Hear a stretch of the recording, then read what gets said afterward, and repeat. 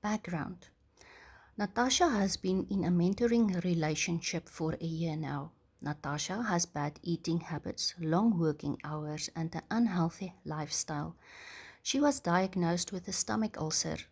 This all leads to regular sick leave and necessitates a lifestyle as well as a dietary adjustment.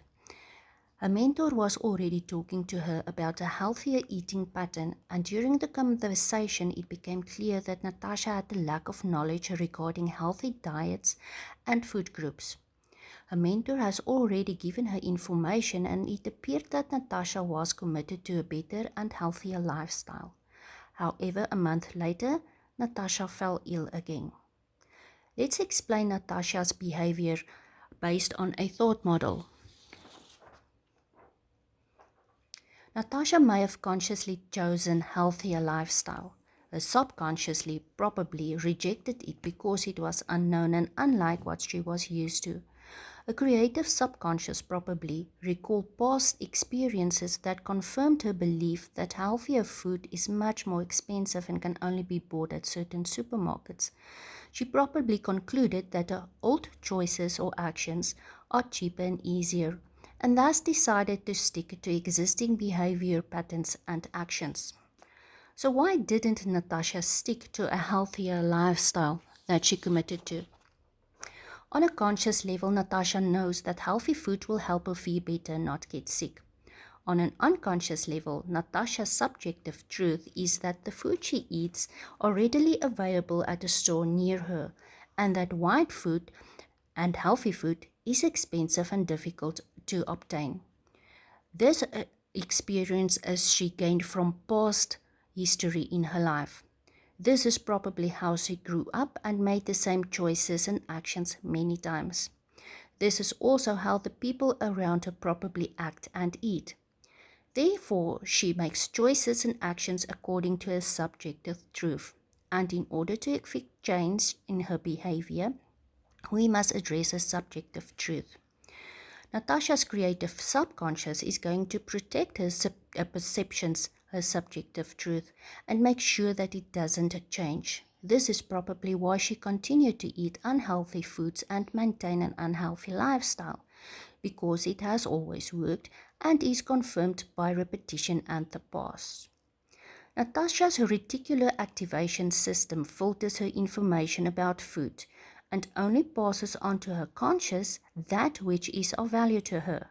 In other words, she only sees the food she usually buys because she experiences these food groups as cheap.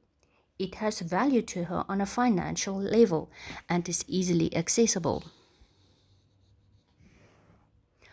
Obviously, Natasha has blind spots when it comes to food. When asked if the store provided fruit and yogurt where she usually bought, she replied negatively. She's not even seeing it because she never buys it there. With a visit to the store near where she lives, it is clear that yogurt and fruit are readily available. Her subjective truth that healthy food is expensive can also be addressed simply by looking at the marked prices in the cafe and seeing that she can buy 2 apples and a small yogurt for around 50 Rand versus the chips and the Coke which she buys for 20 Rand. The healthier choice is a 5 Rand cheaper option. Natasha probably tried to change but unsuccessfully. The reasons can be found in the cognitive dissonance theory as described by Leon Fitzinger. Her new performance choices probably caused discomfort because it was not in line with her beliefs and her opinions, her subjective truth. To bring about lasting change in her choices and actions, we must address this dissonance. We can do it on 3 levels. Firstly, by changing her beliefs, by repeatedly pointing out that healthy food is available and does not have to be expensive. That over time will change her belief that healthy food is expensive and difficult to obtain. However, this will have to be done continuously and repeatedly over a period of time to change this belief. We can also change her choices and actions by pointing out to her the consequence of persistent unhealthy lifestyle. perhaps by visiting a hospital where a person is hospitalized due to a bleeding ulcer. This may motivate her to change her actions and her choices. We can also change her perception of her choice and actions. Natasha's big motivators for making wrong choices are that it is easily accessible and cheaper option.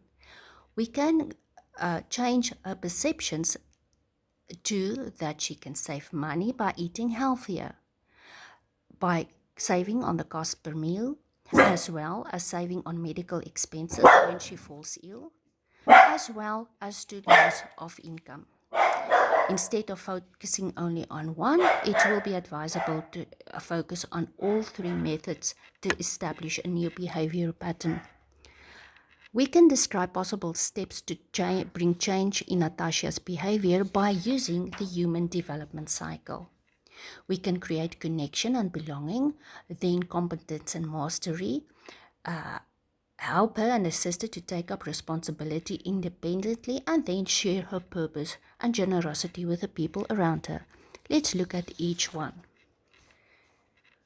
We can establish connection and a sense of belonging by giving Natasha positive feedback on each healthier choice, by recognizing her unique talents and individuality, and by complementing positive choices and actions and focusing on her choices, not on Natasha as a person.